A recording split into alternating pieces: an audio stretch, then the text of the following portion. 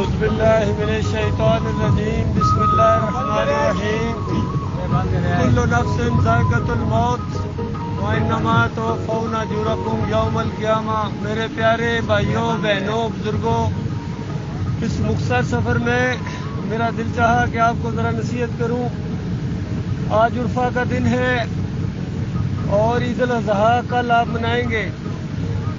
ہر طرف جو ایک ماحول بنا ہوا ہے، خاص کر پاکستان کے اندر اور پوری دنیا میں مسلمانوں کی حالت، ہر بندہ پریشان ہے اور ظلم کی چکی میں پس رہا ہے اور توبہ استغفار بھی کر رہا ہے، لیکن یہ معلوم نہیں کہ آخر ہمارا جرم کیا ہے۔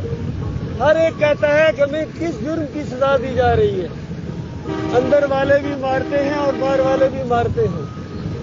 میرے بھائیوں، یہ اللہ کے عذاب ہیں جو آپ کے اوپر مسلط کیے جا رہے ہیں اور آپ کے اپنے اعمال کی وجہ سے ہیں، آپ کے اپنے عقائد کی وجہ سے ہیں۔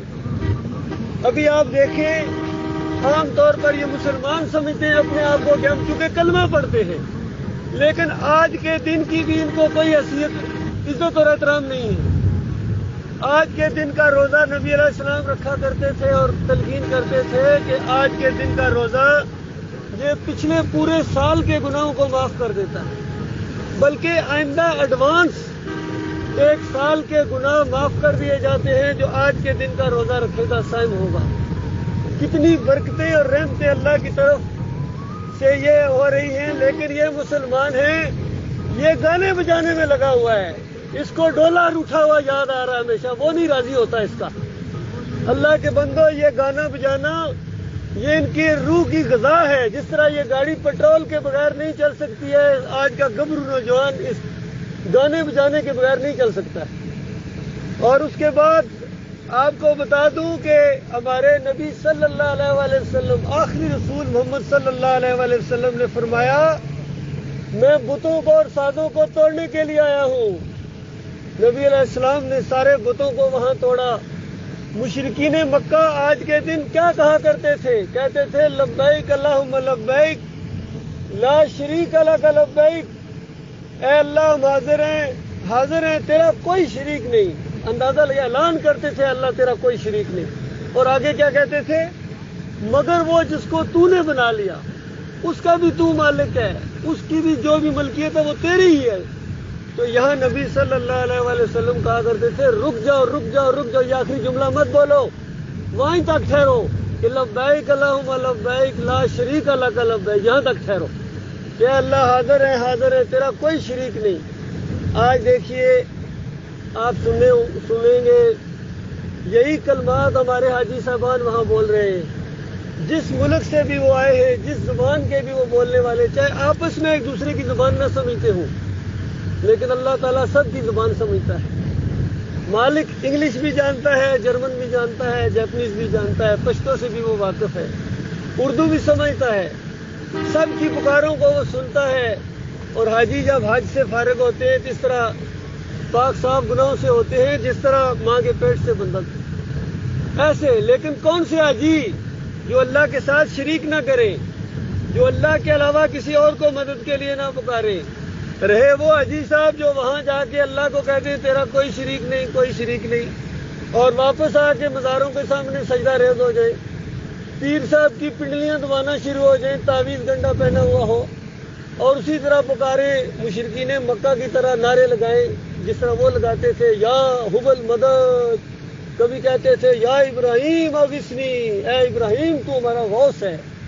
وہ ابراہیم علیہ السلام کو غوث کہیں تو کافر اور مشرک، اور ہمارے مسلمان بھائی یا عبد القادر جیلانی تو غوث ہے، پہنچ مدد کو، اور یہ کہیں تو یہ مومن، ان کے لیے جنت تیار ہے۔ اللہ کے بندو، یہ تمہارے ساتھ بہت بڑا فراڈ ہوا ہے۔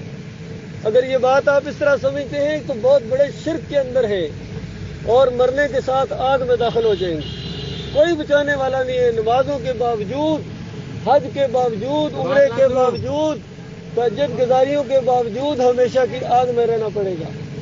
ابھی جو کل قربانی کریں گے، آپ ذرا غور کرو یہ قربانی کیا چیز ہے۔ صحابہ کرام نے پوچھا نبی صلی اللہ علیہ وسلم سے کہ یا رسول اللہ، یہ قربانی کیا چیز ہے؟ تو فرمایا یہ تمہارے باپ ابراہیم علیہ السلام کی سنت ہے. فرمایا ہمارے لیے اس میں کیا اجر ہے؟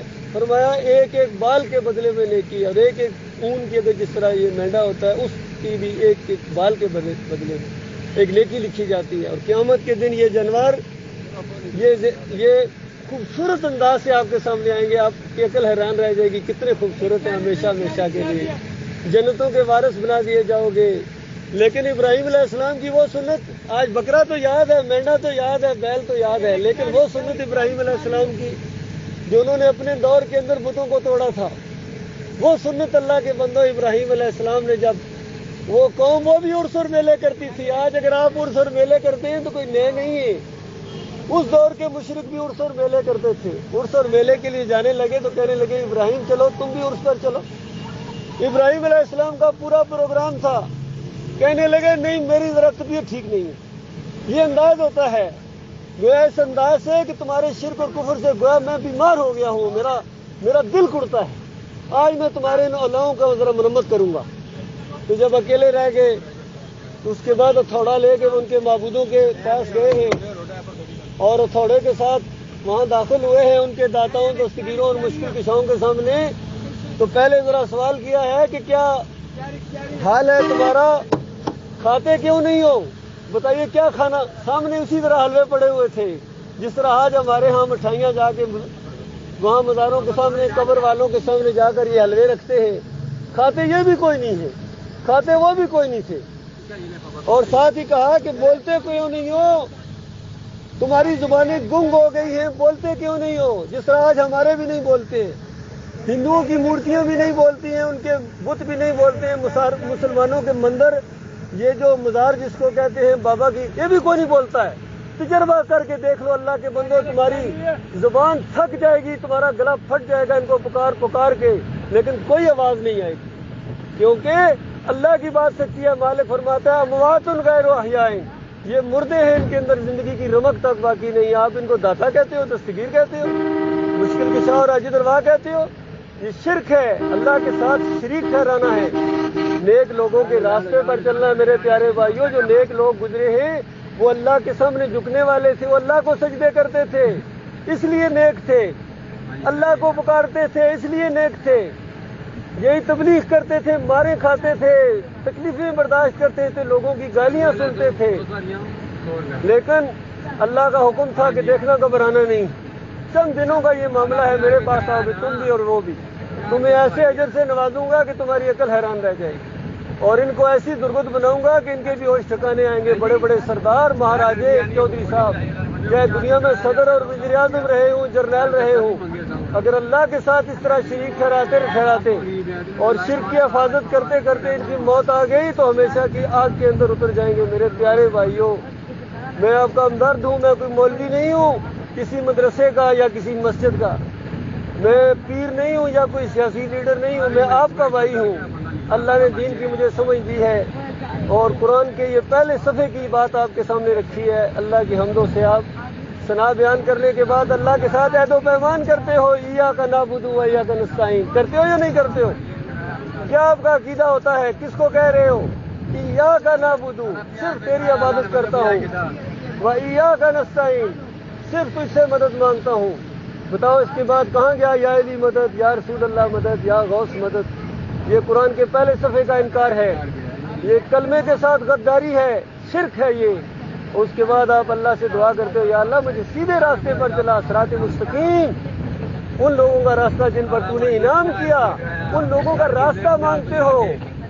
اور وہ میں نے آپ کو بتا دیا. دیکھو ایوب علیہ السلام نے بیماری میں کس کو پکارا تھا، یونس علیہ السلام نے مچھلی کی پیٹ کے اندر کس کو پکارا تھا. یہ ہیں نیک لوگ. زکریا علیہ السلام نے اور ابراہیم علیہ السلام نے بڑھاپے میں اولاد کس سے مانگی تھی. نبی علیہ السلام نے جنگ بدر کے دن رو رو کے گڑ گڑا کے کس کو مدد کے لیے پکارتے تھے. صحابہ کرام کا ذاتہ کون تھا، دستگیر کون تھا. یہ ہے نیک لوگ، ان کے راستے پر چلنا ہے. اللہ جانتا ہے دنیا میں آپ کو اللہ تعالیٰ عزت عطا فرمائے گا، اور اگر اجتماعی طور پر ہماری قوم اس راستے کو اختیار کر دے تو اللہ تعالیٰ پوری دنیا پر آپ کو غالب کرے گا اور مرنے کے ساتھ جنت کی بادشاہی کا تاج پہنایا جائے گا. میرے پیارے بھائیوں بہنوں، آپ نے بات سنی ہے غور کے ساتھ. میں شکر گزار بھی ہوں اور دعا گو بھی ہوں. اللہ تعالیٰ ہمیں سیدھے راستے کی رہنمائی فرمائے، اور آخری سانس آئے میرے پیارے بھائیوں تو ہمارا کم از کم ایمان عقیدہ وہ ہو جو مسلمانوں کا ایمان عقیدہ ہوتا ہے، ہمارے اندر شرک نہ ہو، کیونکہ اللہ تعالیٰ کا ایک عام وعدہ ہے، یقین کیجئے مالک نے اپنے نبی آخری نبی محمد صلی اللہ علیہ وآلہ وسلم کے ذریعے بتایا کہ بڑے سے بڑے چور اور ڈاکو اور ہر گناہ کرنے والے کو اللہ تعالیٰ ایک دن معاف کر دے گا، لیکن شرک کرنے والے کی کوئی معافی نہیں ہے میرے، دوبارہ واپس نہیں آ سکو گے۔ اگر بات اچھی لگی ہے تو اللہ کی رحمت ہے، اور اگر بالفرض بات اچھی نہیں لگی ہے تب بھی صبر کرو، غور کرو، اپنے گھروں میں جو رکھا ہوا قرآن ہے اس کو جا کے پڑھو۔ یہ میں چھوٹے سے کتابچے دے رہا ہوں، آپ اس کو غور کیجئے، کوئی قیمت نہیں ہے، کوئی ووٹ اور نوٹ اور چندے کی آپ سے اپیل نہیں ہے، کوئی گولیاں ٹافیاں میں نہیں بیچ رہا ہوں، آپ اس کو پڑھو، اور اگر بات صحیح ہے تو تسلیم کرو، اپنے اہل و عیال کو بھی اسی کی تلقین کرو اور آگے پھیلاؤ، یہ دین ہے، یہ تبلیغ ہے۔ اس راستے میں جو چوٹیں کھائے گا یا مرے گا وہ اللہ کے راستے کا شہید ہے۔ باقی اگر ایمان عقیدے کے اندر خرابی ہے تو بیت اللہ کی حفاظت میں بھی مارے گئے تب بھی ہمیشہ کی آگ میں رہو گے۔ اللہ تعالیٰ غور و فکر کرنے کی توفیق عطا فرمائے۔